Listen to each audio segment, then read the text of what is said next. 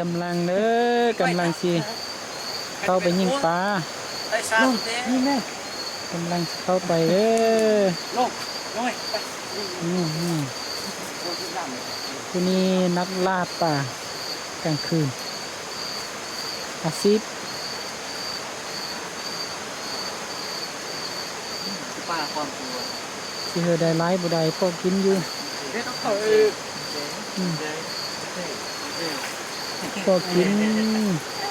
ยิงปลาเจ้าเอ็ดอบแย่ตัวไม่ตายมันพูดก็เอ็ดมกปลาอยู่แล้วตัวแย่สินี่ตัวปลากำลังตายโอ้ตัวสิตัวปลาแล้วทายมือลงหนึ่งกันของเขาตัวปลาอะไรเหรอนี่มืดจัง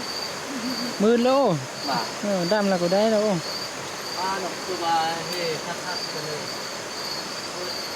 ทักเลยตัวเฮเจียงเนาะ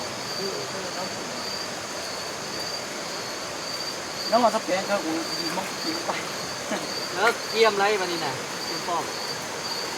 โอ้ยโย่เตี้ยเลยเหรอโอ้เปล่าไปใช้ปัจจัยนึงที่โชคไปใช้ไม่หรอกกันมึงอ่ะกำจองยี่โชคไปใช้ไปใช้ตัวเลือกต้มข้าวปลาดิน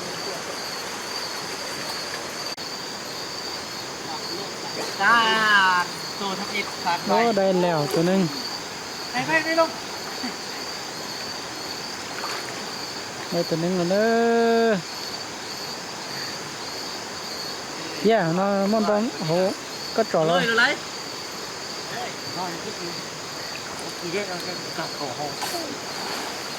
เราต้องเลยรู้เอารู้ล่องเลยเราจะตายรู้เนี่ยหรือเปล่าเก่าก็เลย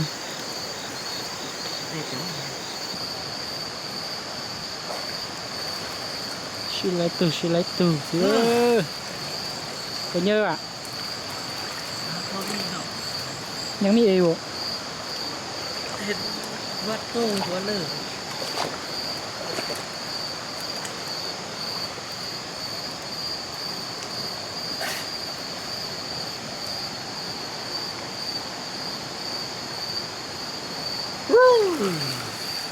เขาจะใจแล้วรัดนั่นจริง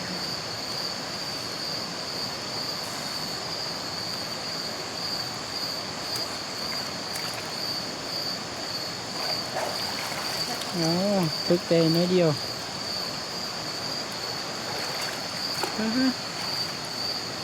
ไกล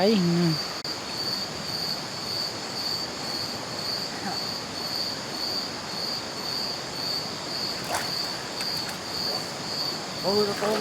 โอเคลงดัดไปดัดดีต่อเหรอต่ออยู่พัดตัวเส้นเดียวนี่สิชะ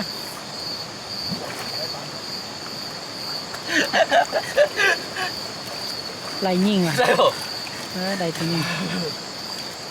โอ้ยจุกเลย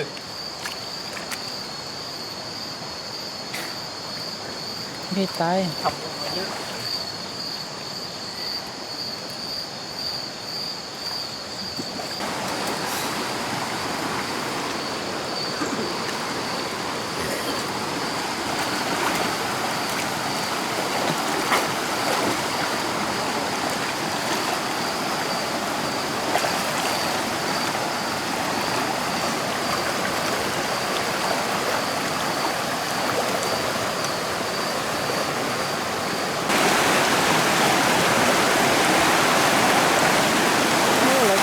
ล็อกเลย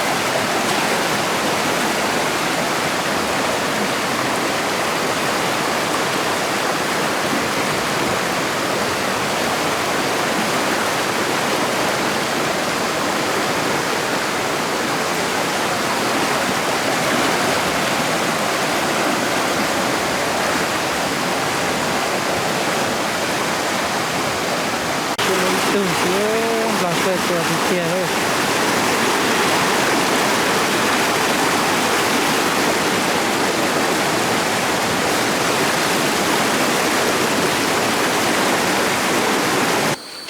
ไปไกล ตัวอะไรพี่ขยะชั่วโมงเจชั่วโมงเจอะไรสุดใจ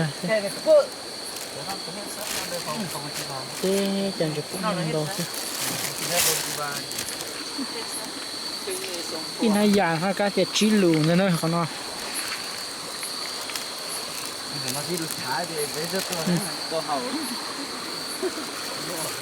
ฮัลโหล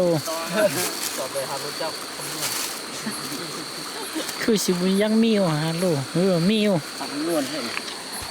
ฮัลโหลตรงนี้นะ ทำอะไรฮาโลนี่เป็นเบาตู้เลยเบาตู้นี่โบราณนี่เรื่องว่าตอนตั้งตอนบึ้งบินกัน ฮัลโหลไปอ่ะนี่ต้องมีฮัลโหลไปแล้วนี่ แล้วก็กระเปียงมือก่อนนั่นมือกันมือสวย เล่าหนึ่งตัว ชุดกันกับลงปั้น ชั่วโมงเจอมัวมาเล่นดอกชนะ เดียวพอ เป็นตัวไหนเลยสนานะฮะจะพอดีจังเนาะ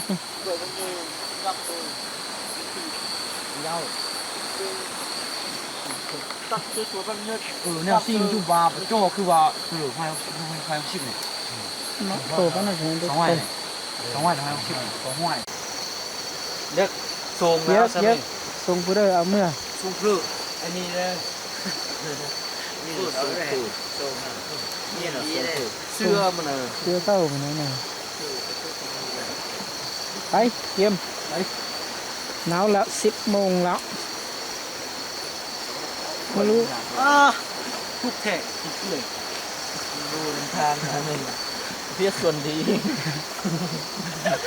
กันยันสักกังปลาอะไรกันเลยมันเป็นส่วนทิมเลยทิมสักกังปลามันตึ๊บ